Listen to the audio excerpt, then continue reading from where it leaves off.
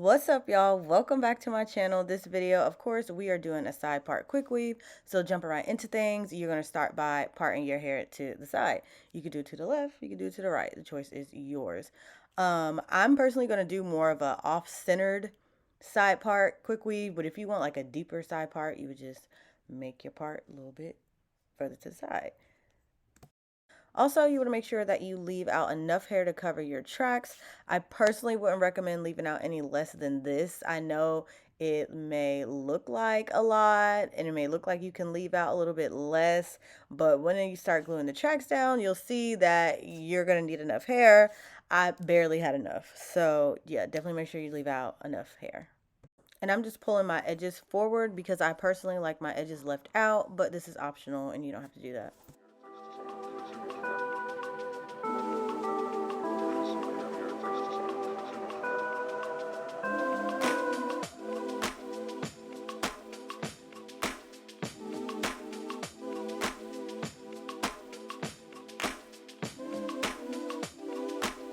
So this step right here is one of the most important things that you're going to do during the install, because how your hair lays underneath your cap determines how flat your install is going to lay. I chose to do braids going straight back because I can typically make that flat, but I actually messed up and one of my braids towards the top was too thick. And as you're going to see later, it created like a little lump at the top of my head, and that kind of made me so mad. I was mad.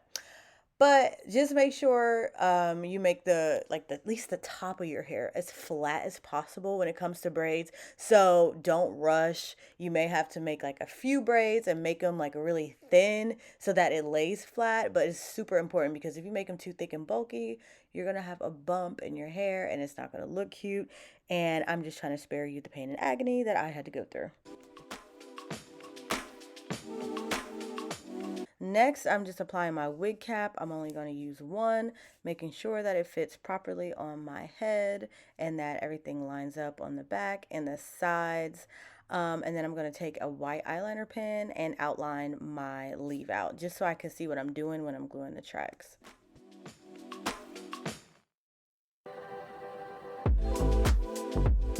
To protect my hair, I'm using the Morning Glory hair protector, and I'm also going to use some Got2b free spray, and I'm going to take my applicator brush and apply this all over the cap except for where my leave out is at, and then I'm going to go through and blow dry it. So first I'm going to start with the Morning Glory hair protector and just brush it all over, and then I'm going to blow dry that, and then I'm going to go through with the free spray and then blow dry that.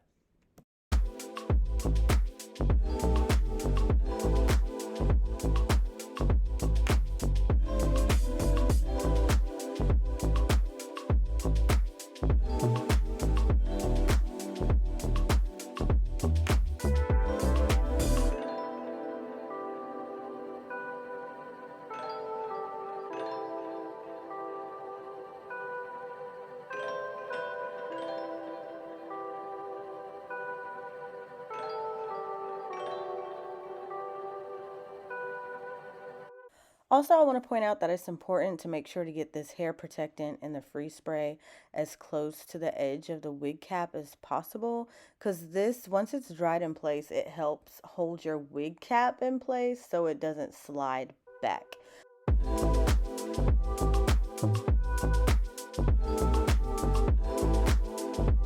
And as always, make sure everything is 100% dry before you start applying any tracks.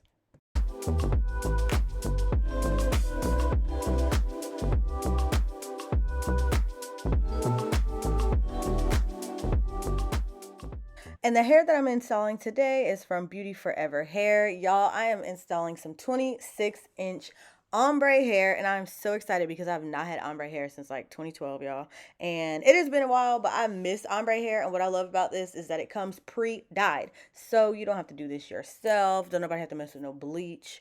Yeah, and you can just go ahead and install it. All the information for this hair, of course, will be in the description box below.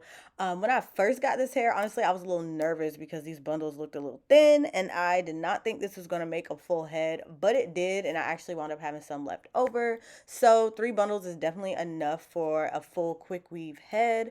You can definitely get 4 if you feel like you can fit it, but I think 3 bundles honestly should be enough.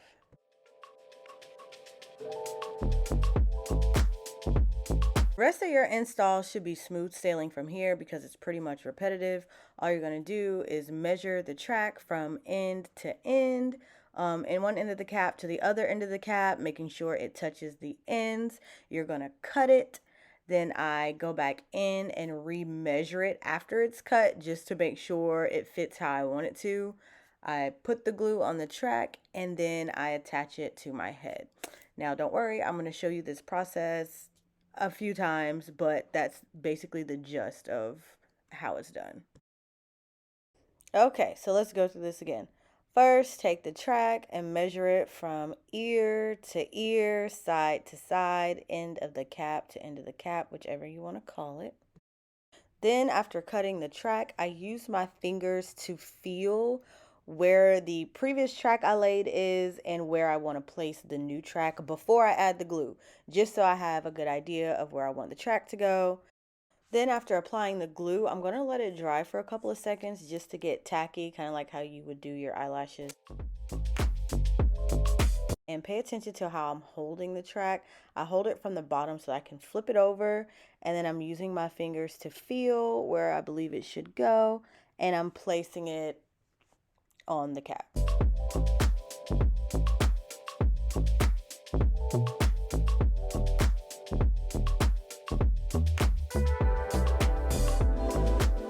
Okay, so one bundle got me about halfway through my head. This is how much I have left from the last bundle, but it's not enough to go from side to side. So I'm just going to start over with the next bundle.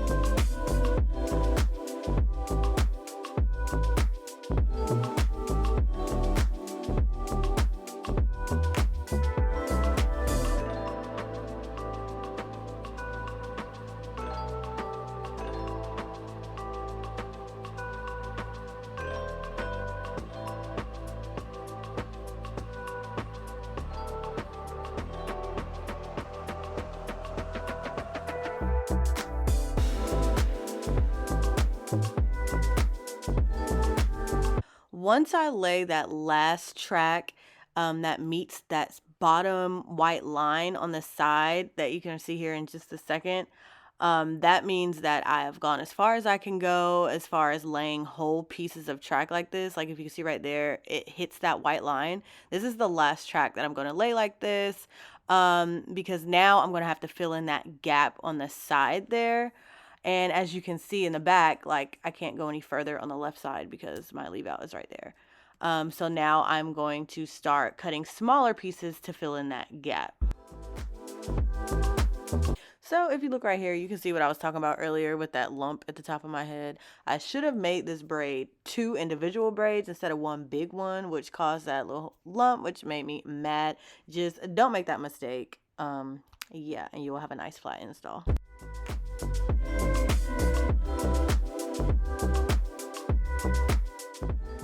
Then when I start getting closer to the front of my head, I'm going to start curving my track so that my hair can fall on my face.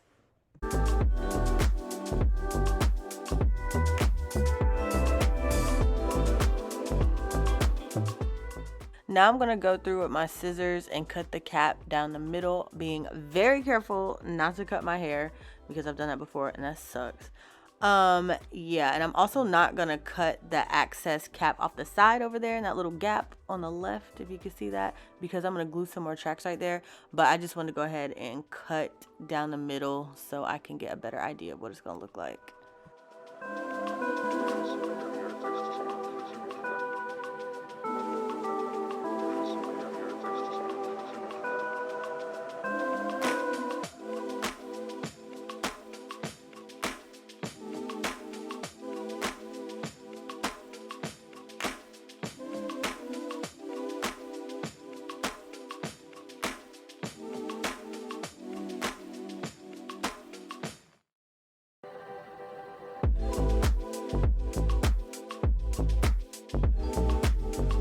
So after I reached the end of the cap, I realized that I have some like gaps and some spaces on the sides. So I'm just going to go through with some more tracks and fill in the spaces, which is going to require me gluing the tracks to my actual hair.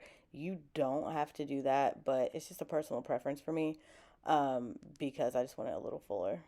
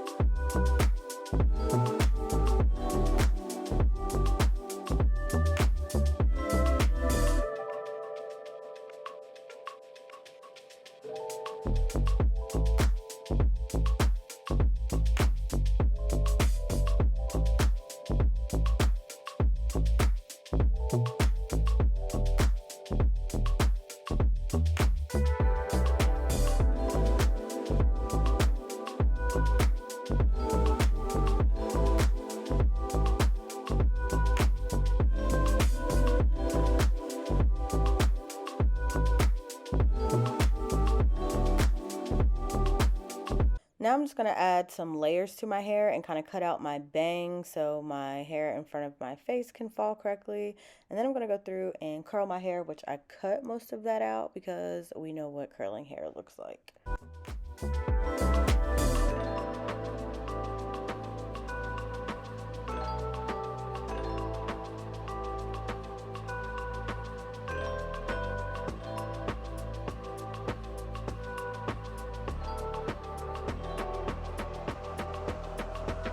So after curling my hair, I decided I didn't like how my bang in the front looked, and it looked a little thin to me. So I went through and added an extra track just so the hair can like fall in my face a little more.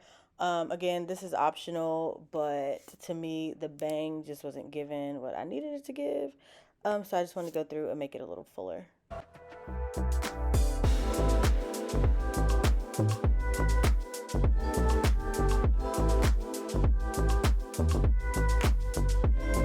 And pretty much that's it. We are done, y'all. This would have been a 10 out of 10 style if it wasn't for that lump at the top of my head that I know y'all see. So for that, I'm deducting 2 points. I'll give this 8 out of 10. But if you just take my advice and make sure the top of your head is just super flat, you won't have that.